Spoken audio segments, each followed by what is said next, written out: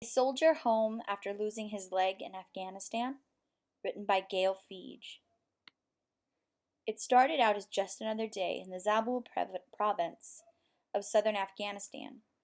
On September 18, 2010, Army Private First Class Tristan Eugene Seegers, a 2002 graduate of Lake Stevens High School, was driving his armored patrol vehicle when a homemade bomb exploded in the road underneath Seegers' floorboard.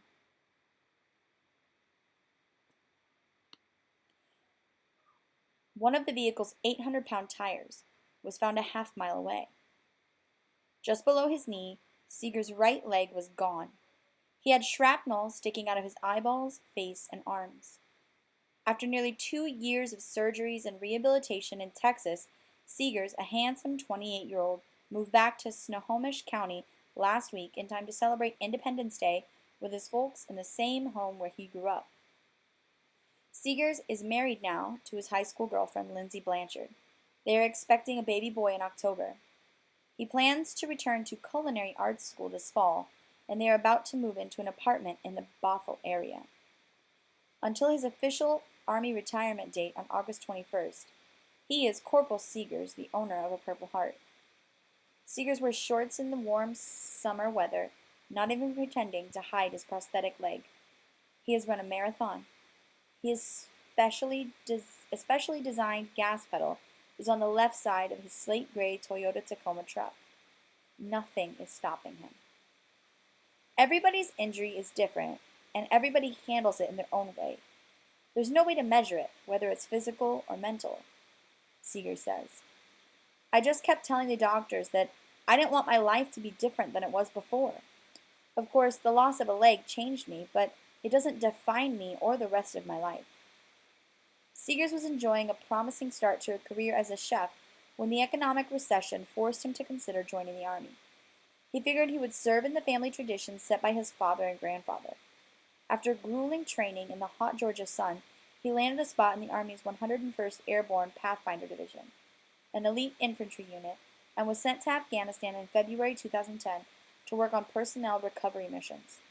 After the explosion, Seegers was stabilized and flown to the Army hospital in Landstuhl, Germany. My eyes were completely bandaged, and I was in a lot of pain. The stretchers were on bunks in the airplane, so when I woke up, it felt like it was in a coffin, Seegers said.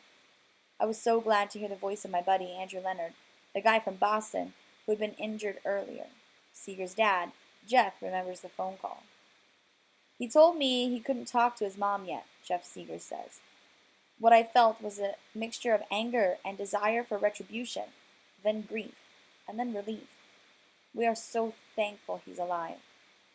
It wasn't long before Jeff and Deborah Seegers were on their way to see their son at the Brooke Army Medical Center in San Antonio, Texas.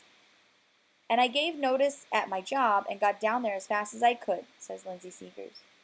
Tristan Seegers can't say enough good things about the surgeons, psychiatrists, physical therapists, and other staff at the Army Hospital, as well as the numerous charitable organizations, such as the Fisher House Foundation, that help wounded veterans. I was truly cared for, he said. The rehabilitation was rigorous, and I pushed it, building back my muscles and learning to use the prosthetic leg. But they never told me I was doing a good job, for fear that I might get complacent.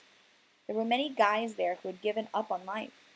Having Lindsay by his side made all the difference in his recovery, Seegers said. The couple got married at the courthouse on San Antonio, forgoing the wedding of their dreams. They adopted a black lab from a rescue shelter and kept on moving forward until he finished rehab. Sleep is still a problem for me, and I have an anxiety disorder. It's hard.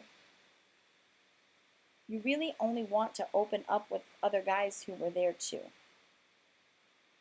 Seegers said. But I'm okay. I'm back in the land of good, healthy food, fresh fish, and local produce. I'm very thankful to be alive. A lot of guys aren't alive, and others struggle with suicide.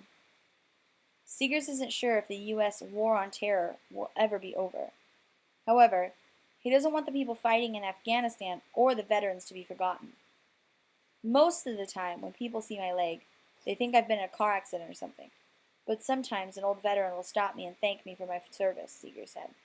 I didn't do anything special, But if the progress I have made motivates another wounded veteran to keep going, then that's great.